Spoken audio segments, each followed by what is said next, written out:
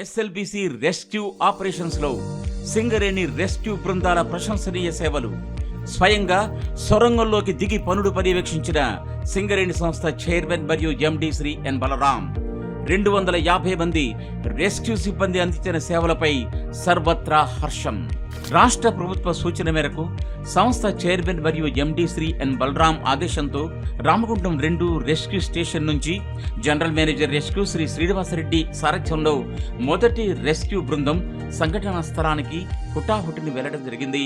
ఈ బృందాలు rescue operation లో ఉన్న సమయంలోనే మరింత మంది సహాయం కావాలని రాష్ట్ర ప్రభుత్వం సూచించడంతో దాదాపు 250 మంది సింగరేణి రెస్క్యూ బృందాలు అక్కడికి తరలి వెళ్లడం జరిగింది. సాహసోపేతంగా సొరంగ మార్గంలో జరుగుతున్న రెస్క్యూ చర్యల్ని వారికి అండగా ఉంటూ ప్రోత్సహించడం కోసం సంస్థ చైర్మన్ మరియు ఎండి శ్రీ ఎన్ బలరాం కూడా అక్కడికి చేరుకున్నారు. ఆయన రాకతో ఈ రెస్క్యూ ఆపరేషన్ లో పాల్గొన్న సిబ్బంది మరింత ఉత్సాహంగా పనిచేయడం జరిగింది. ఎన్డీఆర్ఎఫ్ కల్నల్ తో కలిసి సింగరేణి చైర్మన్ 14 కిలోమీటర్ల సొరంగ మార్గంలో ప్రమాద స్థలికి చేరువ వరకు వెళ్లి అక్కడి పరిస్థితిని పరిశీలించారు. సింగరేణి రెస్క్యూ బృందాల ఆధ్వర్యంలో జరుగుతున్న గ్యాస్ కటింగ్ పనులను ఆయన దగ్గరగా ఉండి పర్యవేక్షించారు. అక్కడ ట్రాక్ పునరుద్ధరణ జరగాలంటే దానిపై కూలిన టన్నెల్ బోరింగ్ మిషన్ టీబీఎం భాగాలను తొలగించాల్సి ఉంటుంది.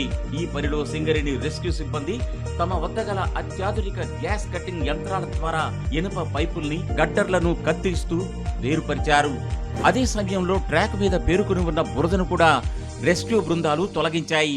రక్షణ సూత్రాలు పాటిస్తూ ఇచ్చిన పనిని సమర్థంగా పూర్తి చేయాలని సంస్థ చైర్మన్ సిబ్బందికి సూచించారు. అలుపెరగకుండా అంకిత భావంతో సేవలందిస్తున్న సిబ్బందిని చైర్మన్ అభినందించారు.